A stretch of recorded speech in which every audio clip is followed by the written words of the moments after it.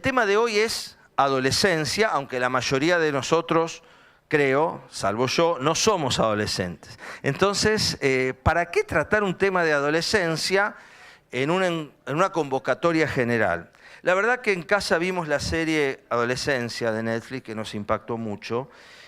Impactó a nivel mundial esta serie, pero no va a ser hoy el tema la serie, sino en realidad lo que subyace al desafío de la adolescencia, ¿no? Porque quizás no somos adolescentes, pero tenemos un hijo adolescente, un sobrino adolescente, o alguna vez lo fuimos, alguna vez, algunos allá lejos y hace tiempo, fuimos adolescentes.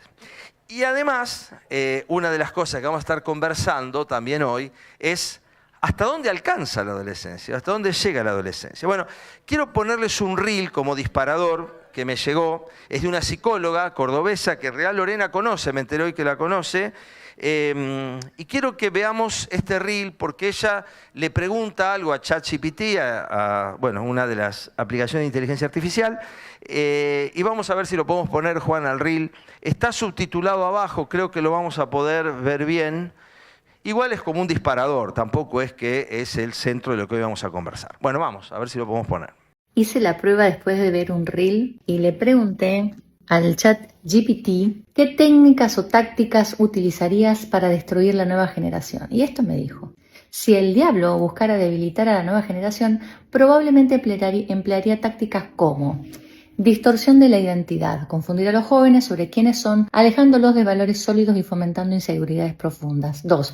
Hipersexualización temprana, exponerlos a contenidos sexuales desde tempranas edades, desensibilizándolos y distorsionando su visión sobre el amor y las relaciones. 3. Adicción a la gratificación instantánea, promover el consumo desenfrenado de redes sociales, pornografía, drogas, videojuegos para hacerlos emocionalmente dependientes y menos resilientes. Número 4. Ataque a la familia, debilitar los vínculos familiares, fomentando la desconfianza entre padres e hijos, normalizando la desconexión emocional. 5. Desinformación y relativismo, promover la idea de que no hay verdad objetiva, haciendo que cualquier creencia o valor sea visto como arbitrario e irrelevante. Número 6. Erosión de la espiritualidad y la trascendencia, ridiculizar la fe, la búsqueda de sentido y el compromiso con valores trascendentes. Número 7. Inversión de los roles de autoridad, fomentar una cultura en la que los jóvenes rechacen la sabiduría de las generaciones anteriores y confíen solo en su propia intuición o en las influencias populares. Número 8. Victimización y fragilidad, incentivar la mentalidad de víctima, haciéndolos sentir impotentes en lugar de responsables de sus vidas y decisiones. Número 9. Ataque a la educación y al pensamiento crítico, promover un sistema educativo que no desarrolle autonomía de pensamiento, sino que adoctrine y limite la capacidad de análisis. Y número 10. Cultura del descarte, normalizar la superficialidad en las relaciones, el aborto como solución rápida, el reemplazo de los vínculos en lugar de compromiso y el abandono de responsabilidades. No son ideas nuevas, muchas han sido identificadas con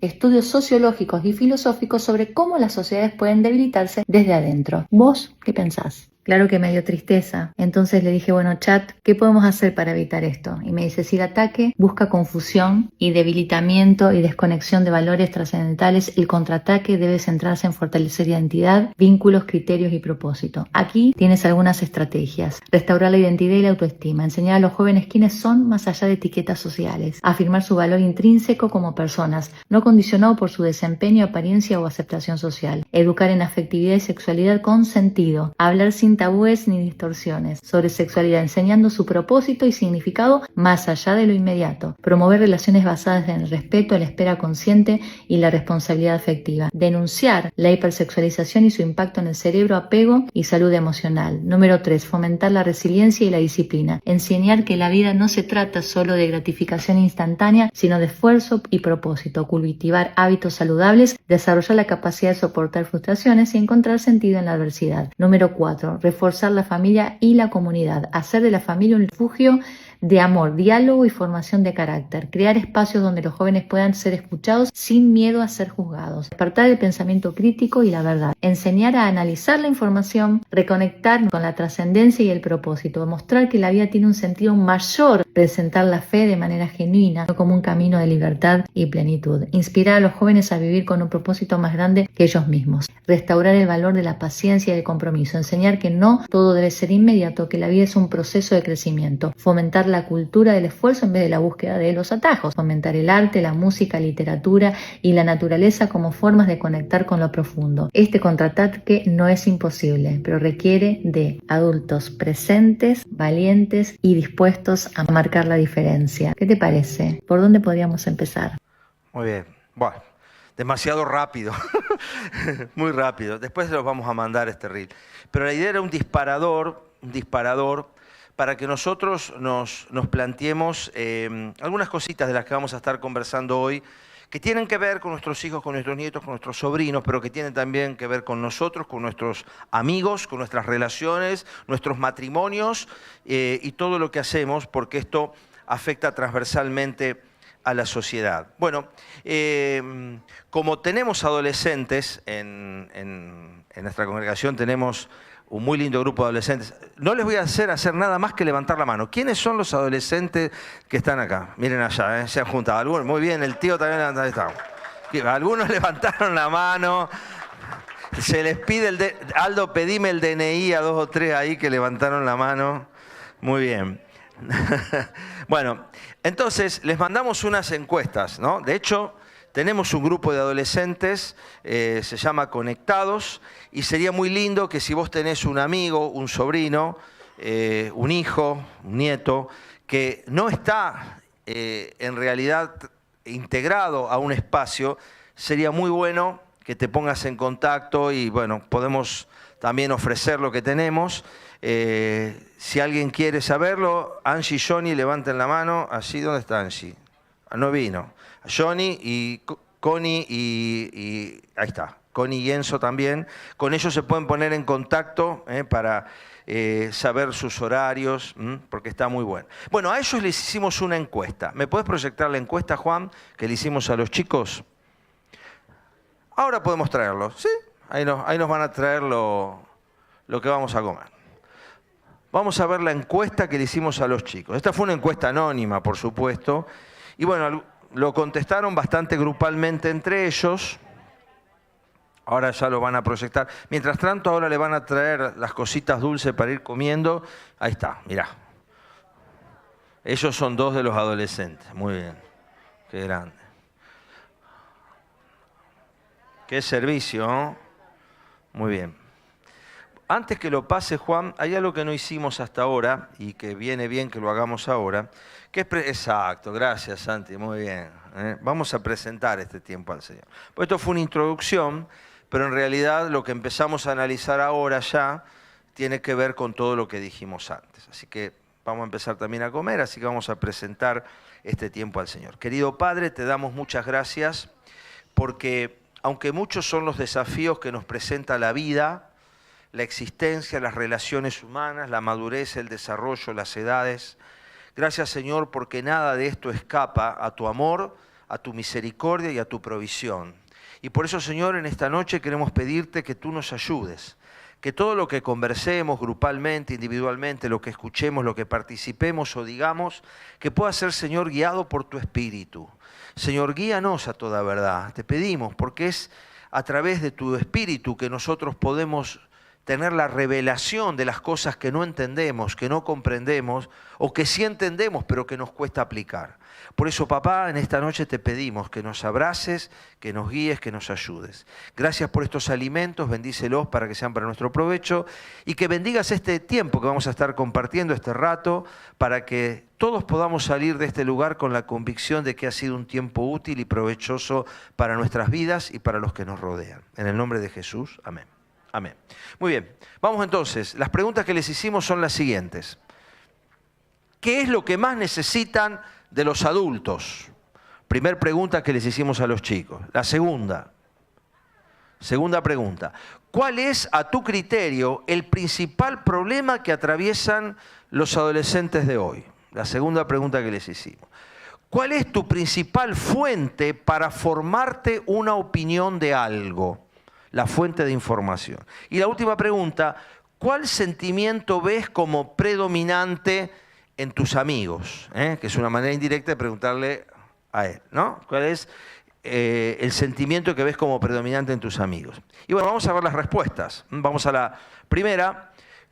¿Qué es lo que más necesitan de los adultos? Y bueno, ellos contestaron amor. Primero y principal. ¿Qué más? Comprensión. ¿Qué más? Enseñanza. Manutención. Sí. Bancá. Si no bancá, viste, claro, porque todo está bien, todo muy lindo, pero poniendo, viste, porque si no... Claro, fueron honestos, y sí, obvio, sí, lógico. Y respeto, interesante también. Amor, comprensión, enseñanza. Fíjense que hablaron de enseñanza, ¿no? Uno cree que ellos no quieren saber, pero pusieron enseñanza y respeto. ¿Qué es lo que más necesitan de los adultos? Bueno, esto es las cosas que ellos eligieron. Por supuesto, es una muestra pequeña y sesgada. No vamos a hacer estadística de esto, pero sí es representativo al menos del grupo de adolescentes con los que trabajamos nosotros. La siguiente. ¿Cuál es, a tu criterio, el principal problema que atraviesan los adolescentes de hoy? Y ellos pusieron lo siguiente: bullying. Apareció ahí todo un tema. Abandono, rechazo, angustia, problemas de identidad. Fíjense que tenía mucho que ver con lo que en ese reel, que pasó muy rápido, pero que después se los vamos a mandar para que lo tengan, porque es interesante masticarlo, a lo que bullying, abandono, rechazo, angustia, problemas de identidad. Fíjense cuántas cosas tienen que ver con la autopercepción, con su propia identidad, con la comprensión de ellos mismos, ¿no? Con su aceptación. Bullying, abandono, rechazo. Sí, gracias. La siguiente. ¿Cuál es tu principal fuente para formarte una opinión de algo? Y aunque les dimos un par de opciones, se circunscribió a dos fuentes principales: amigos y familia y redes sociales. O sea, ellos se nutren básicamente de estas dos fuentes. Pero fíjense que amigos y familia, que no marcaron ahí una distinción aguda, o sea, relaciones, llámese relaciones de amistad o relaciones familiares, y las redes sociales. Poderoso formador de opinión, de concepto y de criterio en nuestros adolescentes. Y la última pregunta fue: ¿cuál sentimiento ves como predominante en tus amigos? O sea, ¿qué ves vos alrededor? ¿Qué es lo que está dominando a tus amigos en el sentimiento? Alegría pusieron, miren, interesante, ansiedad, tristeza, depresión, euforia. Ahí les dimos a elegir varios y eligieron ellos estos, ¿no? Alegría, y algunos son muy, como parecen, contradictorios. Por un lado euforia, por otro lado depresión, pero la euforia fue la que menos votos tuvo probablemente, pero alegría, ansiedad, mucha ansiedad, tristeza, depresión, euforia. Bueno, esa es una encuesta, insisto, a título estimativo, pero válido, muy importante, para que también nosotros podamos acercarnos a ellos, ¿no? Bueno, más que hablar yo de esto, quiero invitar a alguien que, además de ser pastor en la iglesia y además de tener una formación en familia, ¿no? Es asesora familiar junto a Gabriel por la entidad de Irene. Además, ella es psicopedagoga de profesión y hace muchos años que trabaja en ámbitos escolares. Y por eso yo quiero pedirte, Lore, que pases. Vamos a tener una charlita con Lore acá. Y bueno, vamos a hacerte algunas preguntas, Lore. Ahí estamos, el machete. Ups, perdón, te saco esto. Ahí estamos. Bien. Este es el tuyo. Muy bien. Bueno, buenas noches. No sé si habrá que prender estas y apagar aquellas, a ver qué jueguito de luces podemos hacer. Yo no voy a hablar como la psicóloga esa que habló rapidísimo, así que claro, no puedo hablar de esa manera. Está bien que soy acelerada, pero no tanto. No, nadie dijo eso. Nadie dijo eso. Estamos de confesión. Bueno, un poco, si bien hay un par de preguntas disparadoras, yo cuando pensé en este tema y obviamente conozco la experiencia de Lore en el tema, se me viene una pregunta, ¿no? ¿Qué rasgos predominantes ves vos en la adolescencia de hoy en día? Si vos tuvieras que definir a través de tus trabajos, de tu experiencia, ¿cuáles son los rasgos dominantes en la adolescencia hoy? Quiero ser lo más clara y concisa, porque si uno va a hablar de adolescencia,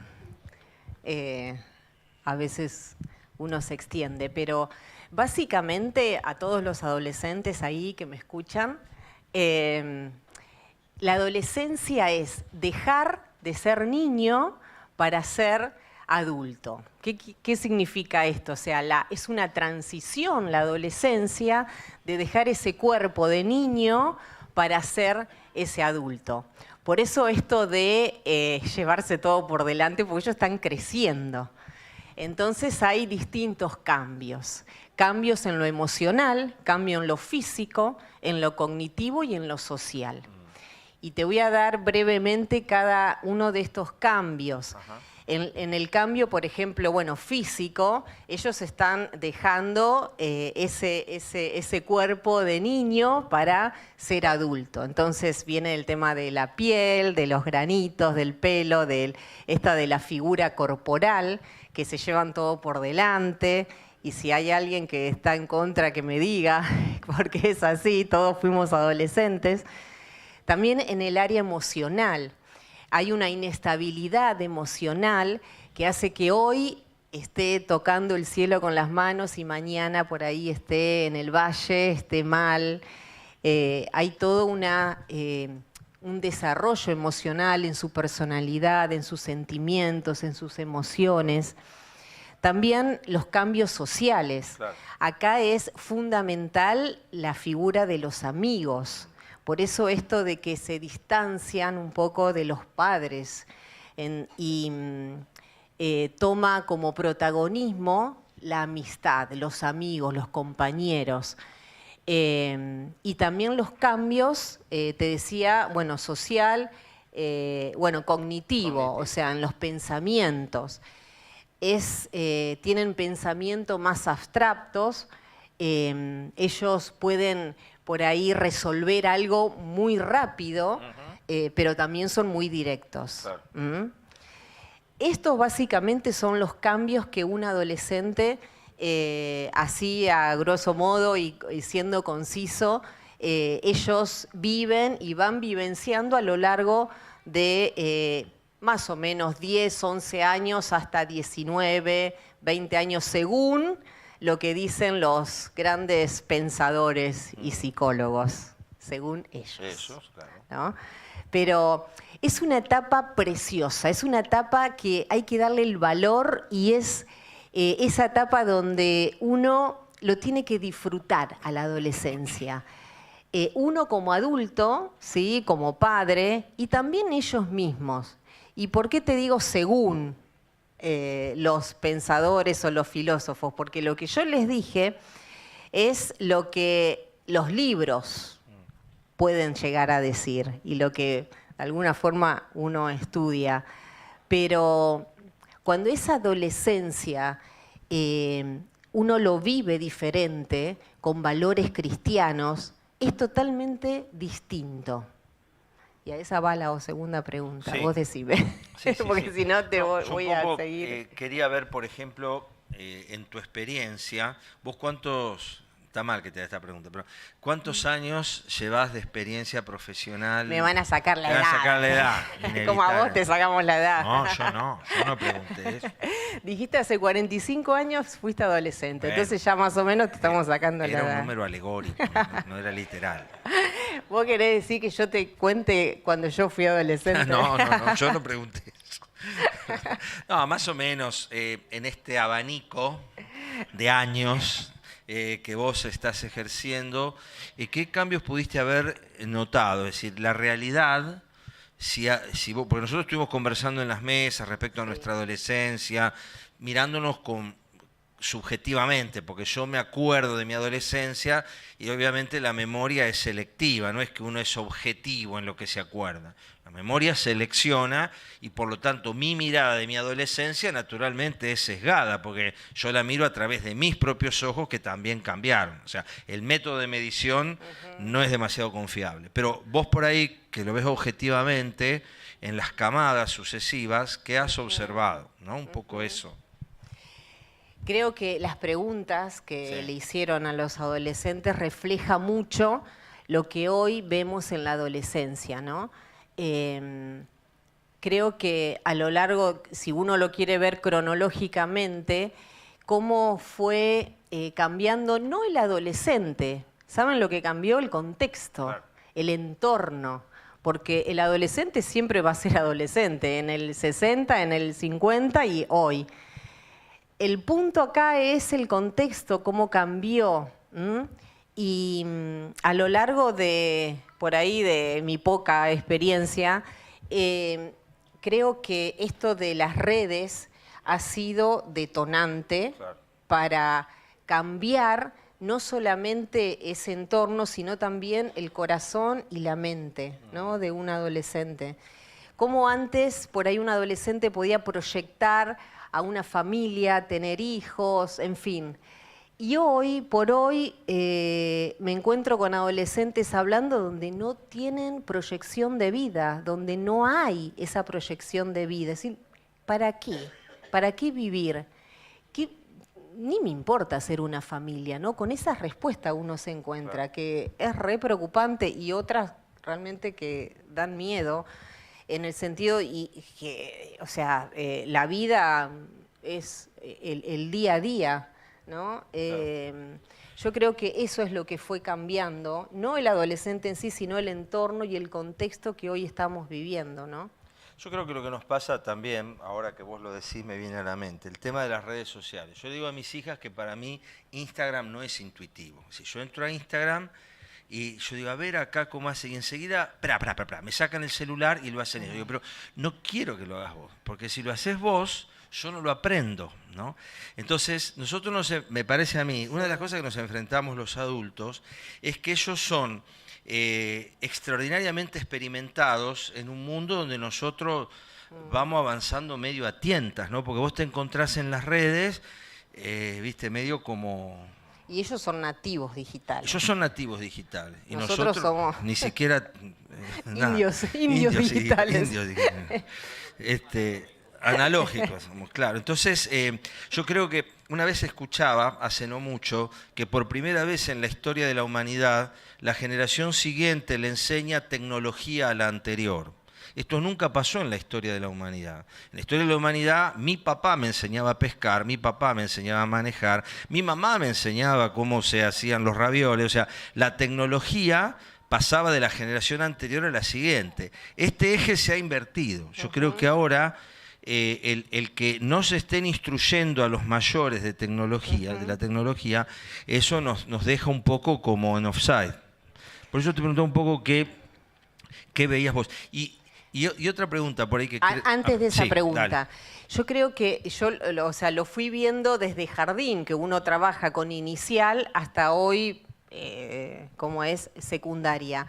Cómo esta cosita, ¿no? Un nene de un año estoy hablando, lo puede manejar casi mejor que uno, ¿no?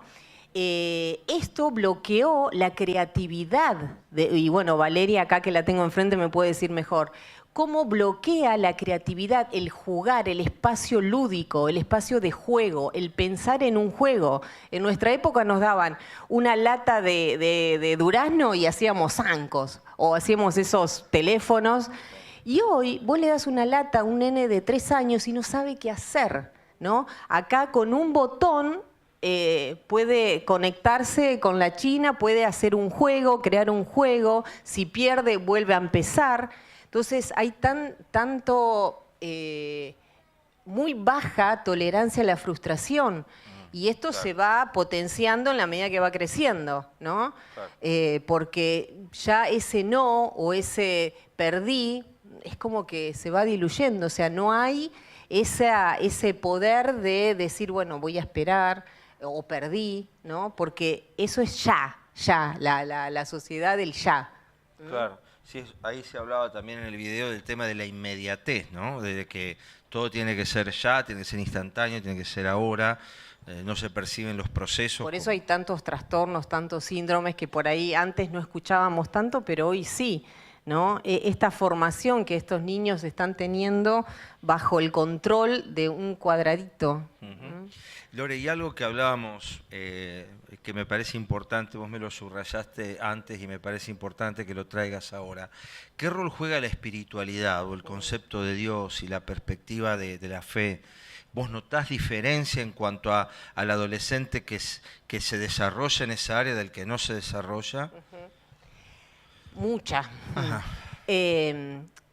Yo creo que cada uno de nosotros, yo viví y disfruté mi adolescencia a través de campamentos, a través de encuentros, en fin, mucho, ¿no? Y cómo uno, estas características que le estoy diciendo, vos decís, ¿se vive estas características? O sea, ¿yo lo viví o me parece, ¿no? Por eso yo les decía, según los libros, según la teoría, pero la adolescencia, cuando uno lo experimenta y también lo ve en nuestros hijos, en nuestros sobrinos, en la familia, cuando esa adolescencia uno lo puede tener a Dios en nuestras vidas, es totalmente diferente. Cuando uno pone esos valores cristianos, valores que Dios realmente nos da a través de su conocimiento, a través de la palabra, esa adolescencia, como dice en Eclesiastés, dice que disfruta tu juventud, disfruta la adolescencia, dice, ¿no? Dios creó la adolescencia, Dios creó nuestras vidas con distintas etapas para poder disfrutarlas. Bueno, la Biblia dice, disfruta la adolescencia, disfruta la juventud. Y es tan lindo saber que en esta etapa donde yo, de la adolescencia, donde yo estoy creciendo, estoy transitando para ser una persona adulta, madura, es poder disfrutarlo tomados de la mano de Dios. Y yo lo he visto y lo vemos, aquellas personas o adolescentes que por ahí tienen pensamientos, ¿sí?, de corta vida, por no decir pensamientos suicidas, pensamientos que no hay proyección. Cuando está Dios esto no sucede, ¿no? Porque Dios te da una esperanza, Dios te da el poder disfrutar cada característica, cada momento, y lo viví yo propiamente y en mis hijos, ¿no? Creo que ahí está la diferencia cuando está Dios en nuestras vidas y cuando Dios está lejos. Muchas veces esa adolescencia, como hoy también decíamos, por ahí se prolonga y uno tiene 30 años y sigue adolescente. Pero Dios nos da esa luz, esa sabiduría y ese conocimiento de poder disfrutar cada etapa, ¿no? Cada etapa de la adultez, de la adolescencia y poder tener en el corazón, ¿no?, este conocimiento de Dios para que cada vivencia la podamos disfrutar. Qué bueno. Bueno, Lore, yo quiero agradecerte mucho, seguramente hay un montón más. No sé si vos querés decirnos algo más. No, les quiero leer nada más vale. este texto que les decía, que está en Eclesiastés 11:9. Está grande la letra, ¿no? ¿Viste? Mirá. A ver. Sí, yo ya no estoy en la adolescencia. Alégrate, joven, en tu juventud y deja que tu corazón disfrute de la adolescencia. ¿Por qué habla de tu corazón? Porque en el corazón están las emociones, los sentimientos. Y eso es lo más valioso, porque Dios conoce nuestro corazón.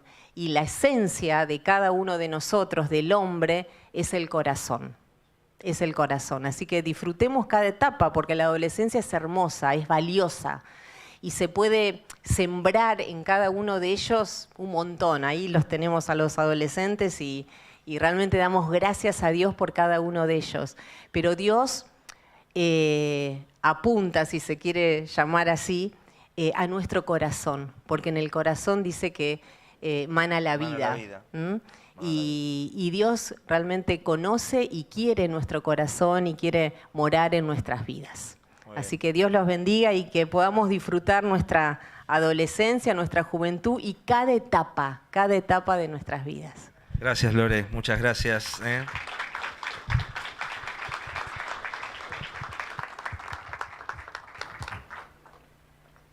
Bueno, realmente yo creo que esto nos da pie para conversar un poquito. Yo también elegí un pasaje para reflexionar sobre esto de nuestra adolescencia y la perpetuación de este estado en nuestras vidas, ¿no?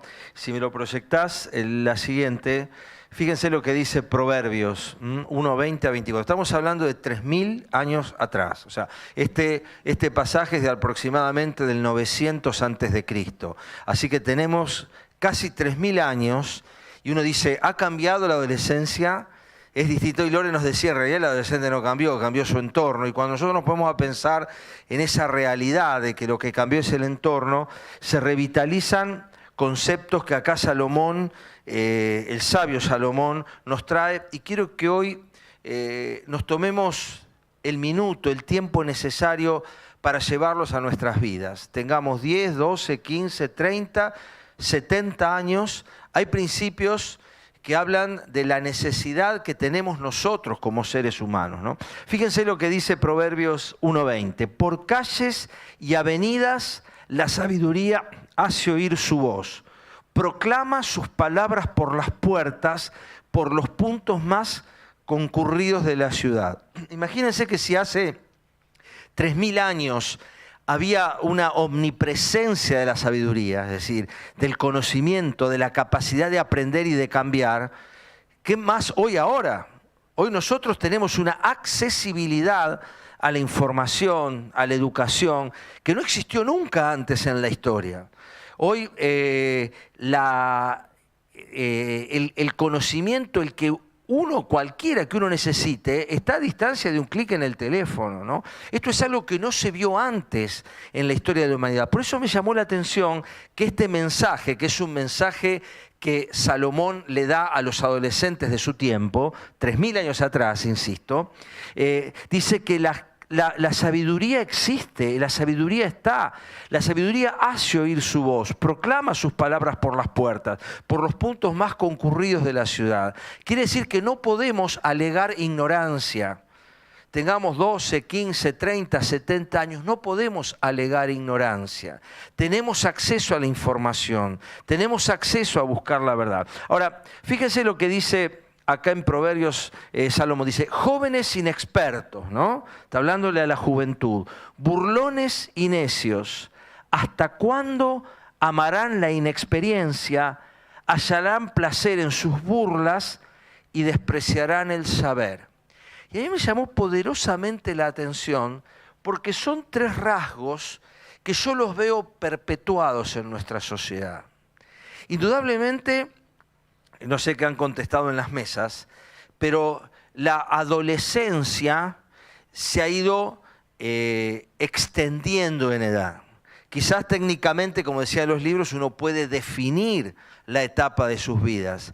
Pero hoy notamos que no solo en los adolescentes, sino en muchos adultos, está la necesidad de esta satisfacción instantánea. Nos movemos por el presente, nos movemos en base a una imagen, donde la estética ha reemplazado a la ética, donde los adultos construimos también nuestra realidad a partir de una foto de Instagram, donde actuamos un estado de ánimo que no tenemos, donde vendemos un producto que no somos. Parece que nosotros mismos tenemos una severa crisis en nuestra identidad y en definir lo que somos y por qué somos lo que somos. Somos una sociedad inmadura. La humanidad ha ido creciendo en inmadurez.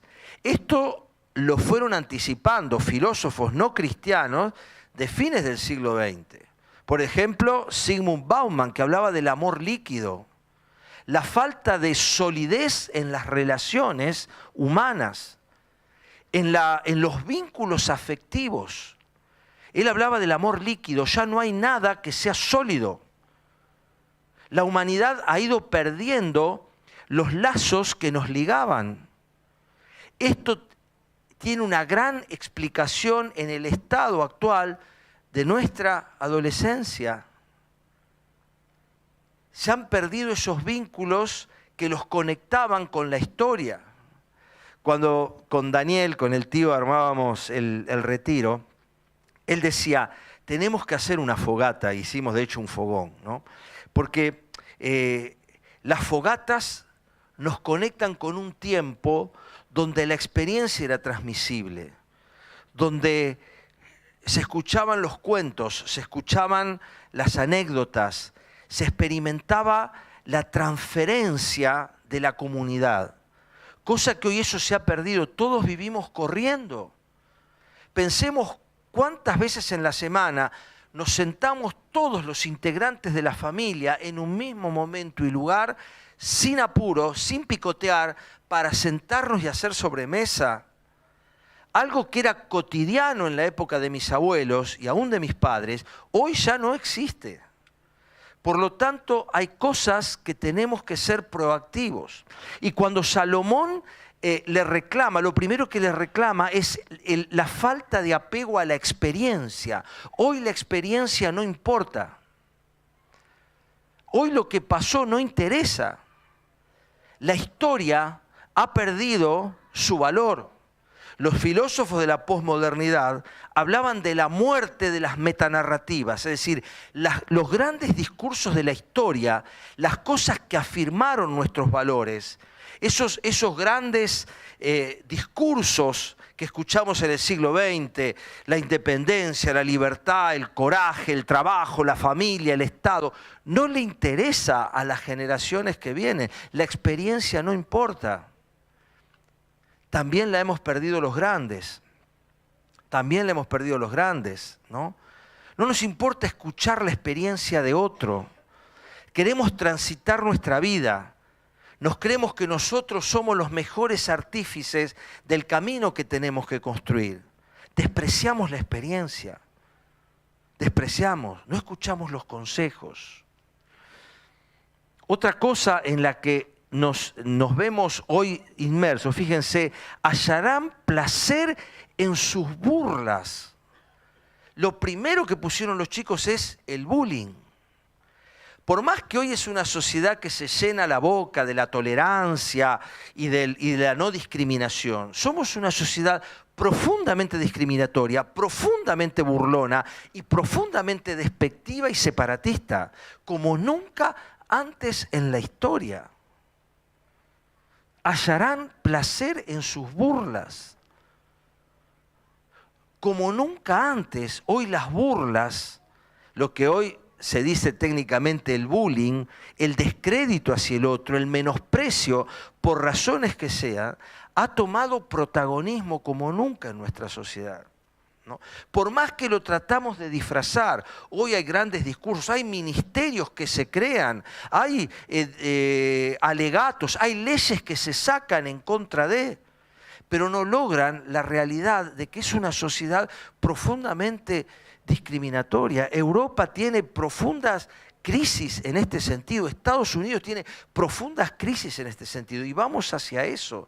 La despreciación al migrante, la despreciación al diferente, el racismo, lejos de perderse, ha aumentado.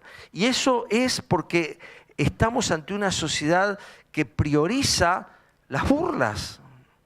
Son burlas veladas a veces, son burlas de guante blanco, pero fíjense, hay un desprecio hacia la experiencia, hay un desprecio en las burlas, hay un desprecio hacia el respeto, se ha perdido el respeto y hallarán placer en sus burlas, ¿no? Somos una sociedad profundamente irrespetuosa. Irrespetuosa en el tránsito, irrespetuosa en las cosas. Hasta uno no sabe cómo actuar, ¿no? Existió una época donde el varón le daba a la mujer el privilegio de caminar del lado de la pared. No digas que te acordás de eso porque revela tu edad. Pero el varón le cedía a la mujer el espacio de la pared. Ahora, bueno, le cedía el asiento en los colectivos. Y uno dice, esto es un anacronismo. Quizás sea un anacronismo. Porque uno no sabe cómo comportarse. Porque se ha perdido el respeto. Hay un placer en las burlas. Y lo tercero que subrayo acá, también hay un desprecio del saber. No, pero eso no existe. Hoy hay un gran valor por el conocimiento. No hay valor por el conocimiento. Hay valor por la información, que es muy distinto. Todos queremos saber un montón de cosas, pero el conocimiento, el valor de la sabiduría está en decadencia. El apóstol Pablo, previendo esto en su última carta, 2 Timoteo capítulo 4, versículo 4, dice, en los postreros tiempos perderán el interés por la verdad y se volverán a los mitos. Perderán el interés por la verdad y se volverán a los mitos. Somos una sociedad profundamente mitológica. El ser humano es en esencia un ser espiritual. No puede negar su espiritualidad. Lo que puede hacer es cambiarla. Eso sí, aún, y lo he citado acá alguna vez, aún el filósofo por excelencia de la muerte de Dios, Friedrich Nietzsche, en su libro Así hablaba Zaratustra, él dice estas palabras, dice. Él habló de la muerte de Dios, ¿no? ¿Se acuerdan? Las filosofías antiteístas de fines del siglo XIX que sentaron las bases de toda la filosofía del siglo XX que llevó, por ejemplo, al nazismo, entre otras cosas, surgieron de esas filosofías del superhombre y de la muerte de Dios, de los filósofos de fines del siglo XIX, de lo cual Friedrich Nietzsche fue quizás el abanderado. Y él decía, si nosotros le cerramos la puerta a los dioses, por la ventana entran los fantasmas. Él que dijo, Dios ha muerto, dice, está bien, Dios ha muerto, pero si decimos que Dios ha muerto, por la ventana va a entrar un fantasma. ¿Por qué? Porque es como si yo corro este vaso de acá. No quedó nada acá. Este vaso fue reemplazado por aire, pero algo entró acá. No existe el vacío donde yo dejé el vaso. Si yo me corro de acá, no es que acá quedó un vacío. Acá entró aire.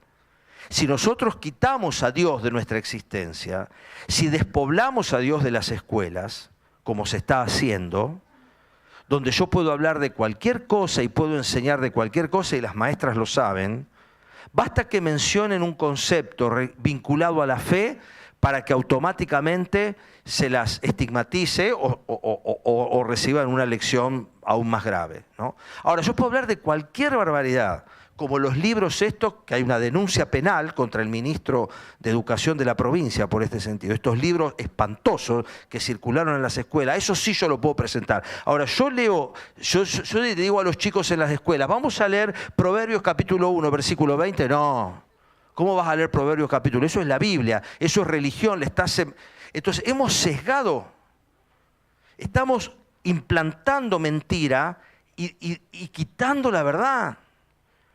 Y esto trae las severas consecuencias que hoy estamos experimentando. Los adultos somos responsables, y responsables ante Dios del estado de nuestra adolescencia. Y nosotros somos responsables, somos referentes, voluntarios o involuntarios, de lo que ellos miran. Y si ellos hoy no ven un mundo digno de ser vivido, es porque nosotros no hemos sabido dejarle a ellos el legado digno de que ellos lo tomen. Esta es la autocrítica, esta es la realidad. Por eso estamos hablando de adolescencia en un auditorio donde mayoritariamente no lo somos, porque ellos reflejan lo que somos. Los hijos reflejan nuestro hogar, querramos o no querramos. Ellos son el espejo, ellos son el resultado, son el producto de nuestro hogar. Y esto es fundamental porque la Biblia dice, instruye al niño y aun cuando sea viejo no se va a apartar de él. Hay una realidad que nosotros la hemos quitado de los hogares, que es ancestral, no solo es bíblica, es ancestral. El jefe indio Seattle, uno de los últimos caciques indios del norte de América le dijo a los invasores, al ejército estadounidense, le dijo una frase que pasó a la historia, porque ellos estaban por extinguirse. Le dijo: enseñen a sus hijos lo que nosotros enseñamos a los nuestros, que la tierra es nuestra madre. Si los hombres escupen en el suelo, se escupen a sí mismos, ¿no? Un jefe indio Sioux.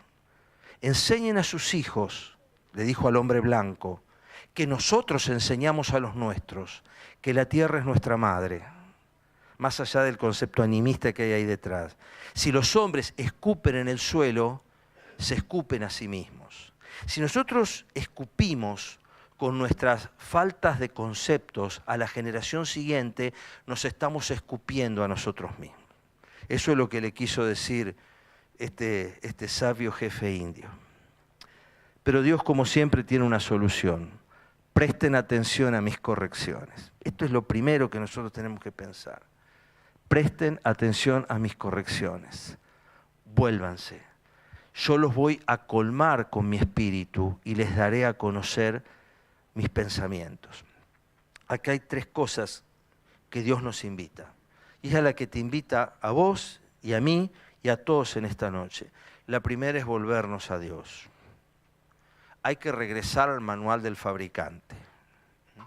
Cuando el aparato que recibiste no hay manera de que encienda, los argentinos primero probamos y después leemos el manual. Cuando vamos al manual, ahí aprendemos cómo hay que hacer para conectarlo, ¿no?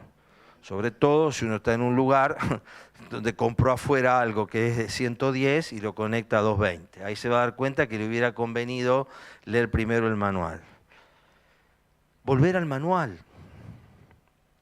Volver al manual de instrucciones. Porque Dios nos dejó un camino de regreso. Cuando Jesús vino a la tierra, dice: yo les voy a mostrar el camino. Yo soy el camino. Por eso cuando nosotros hablamos en estos espacios, no propiciamos una religión, ni un dogma, ni un sistema filosófico.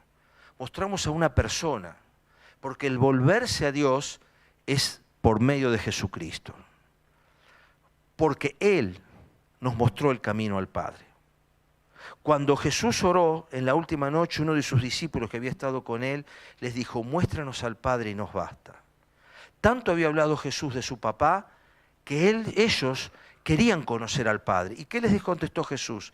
El que me ha visto a mí, ha visto al Padre.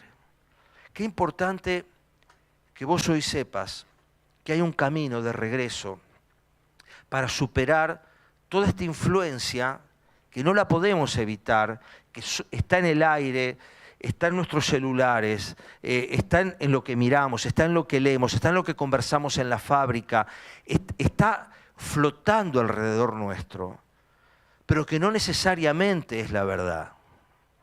Que mucha gente crea algo, no transforma la mentira en verdad. Del mismo modo que la verdad no deja de serlo porque nadie la crea. La verdad tiene una entidad en sí misma. Y Jesús dijo: yo soy el camino, la verdad y la vida. Nadie viene al Padre sino por mí. Por eso ahí habla: yo los colmaré de mi espíritu. Necesitamos el Espíritu Santo de Dios, porque sin Él no podemos. El camino que Cristo nos abre es un camino de reencuentro con el Padre a partir de su Espíritu. El Espíritu Santo es la persona de Dios que interacciona hoy con nosotros. Y Jesús, cuando vino y se fue, Él dijo: les conviene que yo me vaya, porque si yo no me fuera, el Espíritu no vendría. El Espíritu Santo habita en nuestros corazones, es lo que nos lleva a cambiar, es lo que nos lleva a transformar, es la fuerza que nos ayuda a dejar de lado lo que no sirve. Es aquel que nos guía en un primer encuentro con Cristo y nos ayuda a cambiar una vez que nos encontramos con Jesús. Saben que es algo extraordinario, pero la Biblia dice que el Espíritu Santo habita en el corazón de aquellos que han creído en el Señor Jesús como Salvador. Y damos fe de ello, damos fe de ello, porque no es solo un concepto, es algo que uno lo siente adentro. Sabe que Dios se está expresando a través de uno. en momentos de llanto y en momentos de alegría, en momentos de soledad y en momentos de compañía, cuando necesito deshacerme de ataduras, en los momentos que hay que dejar la droga, que hay que dejar el alcohol, que hay que dejar lo que no sirve. Uno ahí sabe que en el Espíritu tiene una fuerza sobrenatural que le ayuda a dejar aquello que por sí mismo no podría dejar. Recibir a su Espíritu. Y lo último, yo los he llamado, los he invitado a venir, pero ustedes no han querido hacerme caso. Y esto pasa tantas veces. Pasó con Jesús también, porque nos resistimos a Dios. Somos tan permeables, somos una esponja a las mentiras y a las falsedades que circulan por ahí. Las adoptamos con... Uno escucha, miren, la realidad en mi profesión, uno escucha tanta cosa que la gente le dice que está haciendo y uno no puede creer que la gente esté creyendo en eso. Hoy la gente es mucho más mitómana que lo que era hace 40 años, se lo firmo acá. Somos mucho más mitómanos. Hoy que la ciencia ha avanzado y parecería que hay un montón de racionalismo, es mentira. El racionalismo ha ido cediendo lugar a una enorme cantidad de misticismo, donde hay un montón de gente que cree casi virtualmente cualquier cosa. Y es capaz, como decía Isaías hace 2600 años, de tallar un palo, con la mitad hacerse un asado, con la otra mitad calentarse y con el pedazo que queda decirle, vos sos mi Dios. Esto es lo que dice Isaías que hacía la gente. Cortan un árbol, con la mitad se calientan, con la otra mitad se preparan el guiso y con lo que quedan del palo tallan un Dios. Y le dice, ahora vos sos mi Dios. Esta ridiculez que no entra en la cabeza de nadie es la idolatría. Hoy nadie tiene un tótem de madera en la casa, aunque sí, en Campana pusieron uno, no importa. Pero hay tótems, hay ídolos que nosotros tenemos que destronar. Otros ídolos, el ídolo del materialismo, el ídolo de la inmediatez, el ídolo del exitismo, el ídolo de la estética, el ídolo del materialismo. Tantos ídolos, tantos ismos que hemos levantado como altares a los cuales rendimos a nuestros hijos sin pudor. Y hoy nadie se atrevería, como en los días de Moloc, a pasar a sus hijos por el fuego, como hacían los cananeos para adivinar la suerte. Pero hacemos cosas mucho más sutiles, pero con el mismo resultado. Vuélvanse a Dios. Hoy es tiempo de volver al Señor. Es el que nos creó.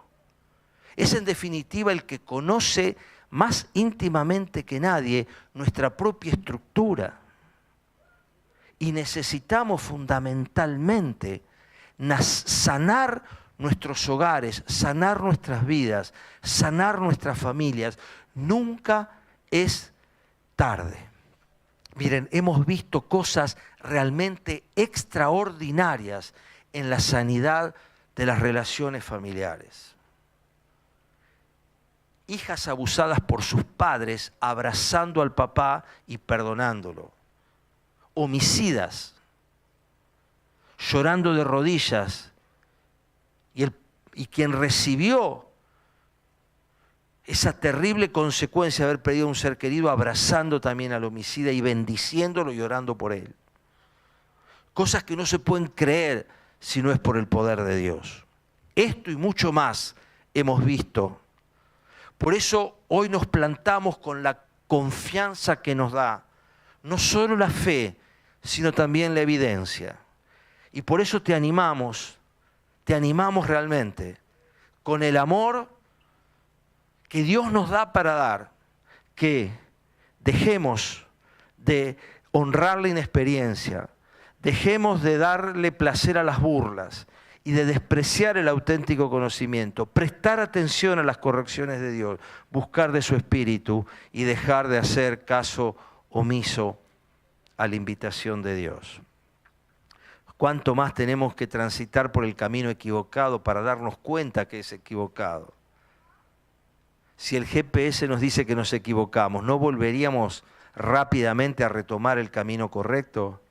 Y sin embargo, cuando Dios nos dice en cosas mucho más trascendentes que equivocarse de una ruta, que debemos cambiar el sentido, la dirección de nuestras vidas, somos tan resistentes a hacerlo. Yo quiero invitarte a cerrar tus ojos en respeto, en silencio, en consideración, y quizás puedas en esta noche decirle a Dios, quizás mi vida estuvo regida por principios de inmadurez, de adolescencia. Porque los adolescentes son adolescentes. Hoy escuchábamos, y es verdad, que la adolescencia la creó Dios. Es una etapa transicional normal, totalmente normal en la vida del ser humano, que debería avanzar hacia una consolidación de nuestra vida y de nuestra personalidad. Quizás algunos de estos rasgos que describía Salomón todavía persisten en tu vida. Quizás el rechazo a la sabiduría espiritual. Quizás crees todavía que tus pensamientos racionales son autosuficientes para llevarte sin bandazos por la avenida de la vida. Quizás crees todavía que despreciando al otro y pisoteando al que está al lado, vos vas a crecer. Quizás todavía lo crees. Quizás todavía lo crees que la burla y el menosprecio te hacen a vos más sólido y más fuerte. Quizás todavía tu orgullo te impide venir a los pies de Jesús y decirle, ya no doy más, ya no doy más. Estoy cansado de probar y probar y probar. ¿Y qué te parece si hoy destronás al orgullo de su sitial y te humillás? El verdadero problema de la humanidad es el orgullo.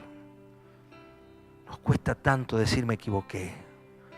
Nos cuesta tanto decir la verdad que con tal de no decir que estoy errado, persisto haciendo macana porque no voy a dar el brazo a torcer.